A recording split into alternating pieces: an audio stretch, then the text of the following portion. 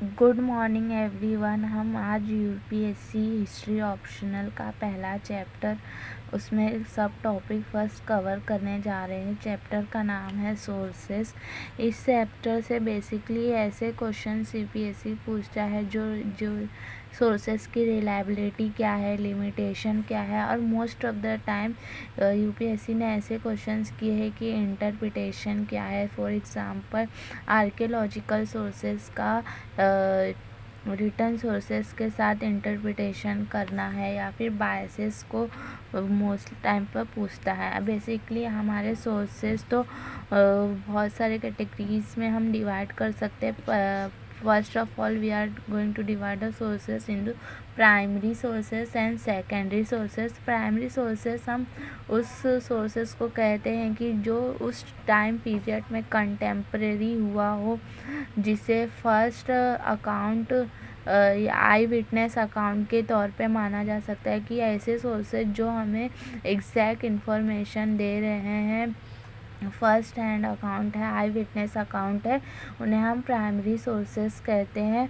And secondary sources जो कि primary sources से लेकर लिखा गया हो, driven from primary sources, this is called secondary sources.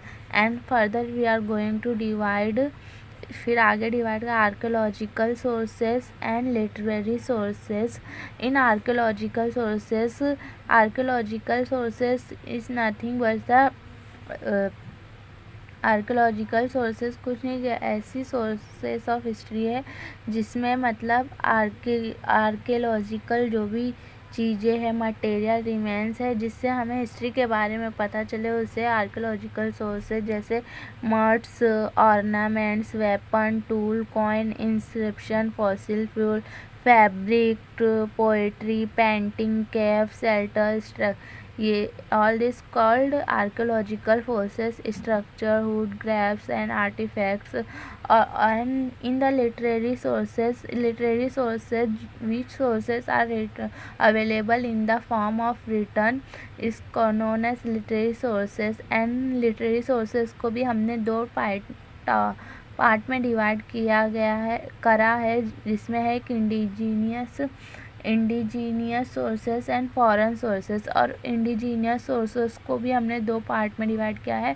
First है secular and religious. Secular we are scientific, epic, dharma, chronicle, political, tradition and politicals book. And religious sources में हम तीन टाइप को पढ़ेंगे, हिंदुइज्म, बुद्धिज़्म एंड जैनिज्म।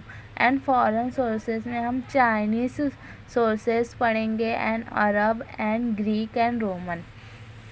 अब यहाँ पे आप देख सकते हैं आर्कियोलॉजिकल मेथड, मतलब हम सोर्सेस को फाइंड तो कर लेते, बट क्या मेथड है। बेसिकली बहुत सारे, बट यहाँ पे हम दो ही कवर करेंगे, एक्सकवेशन एंड एक्सप्लोरेशन।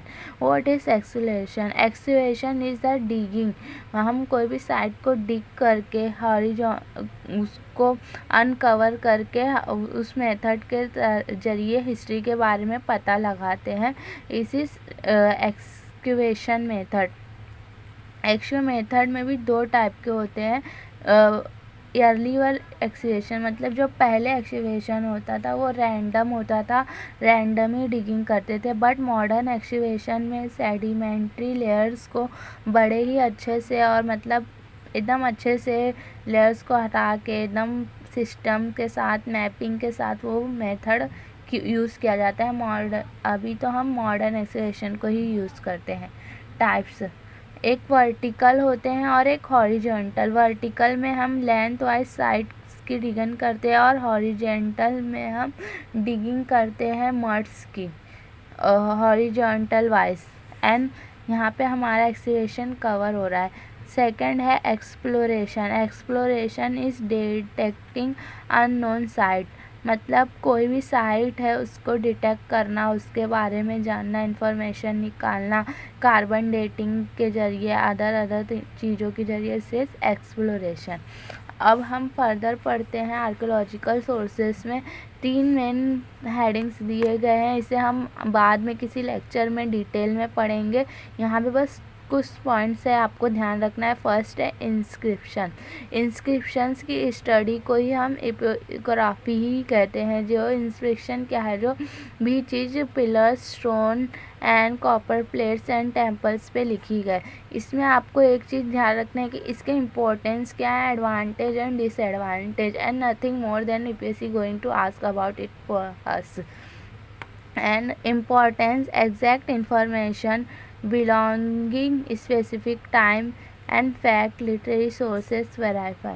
मतलब इसके क्या क्या इन्फॉर्मेशन है। एक तो एग्जैक्ट इन्फॉर्मेशन देता है, रहने दीजिए इसे हम बाद में कंप्लीट करेंगे इन तीनों को, बस इन क्या है देख लें।